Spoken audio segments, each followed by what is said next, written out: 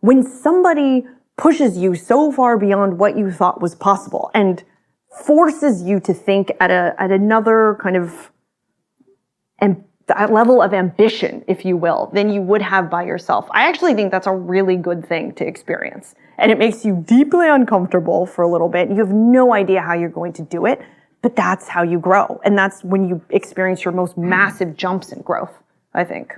Is that something now you've carried to a company in the way you want to excite your team and excite the leaders as well? Or did you get to have the 70% and moment? I'm sure it annoys the living daylights out of them sometimes, but yes.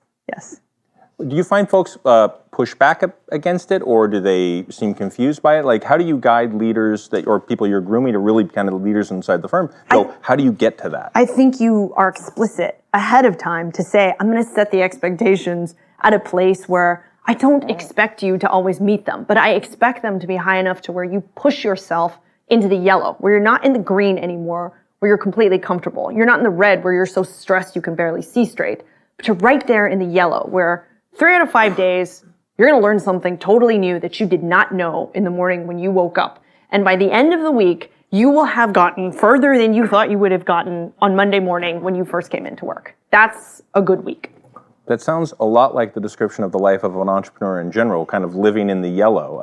How do you, are people, you find people you've worked with that are constantly in the red and they're under the gun all the time, and then there's other folks kind of slow rolling it in the green, if I'm understanding your scale there. How do you find the right balance for yourself as an individual, as a leader, running a whole group in that way? There are some weeks when, things are in the red. So Cisco and Procter & Gamble had board meetings back-to-back one week, and that was a little bit of a crazy week, and it'll happen again in December. So those weeks are a little stressful, but you deal with it, and then you keep going. And not every week is red, so that's the good part, right?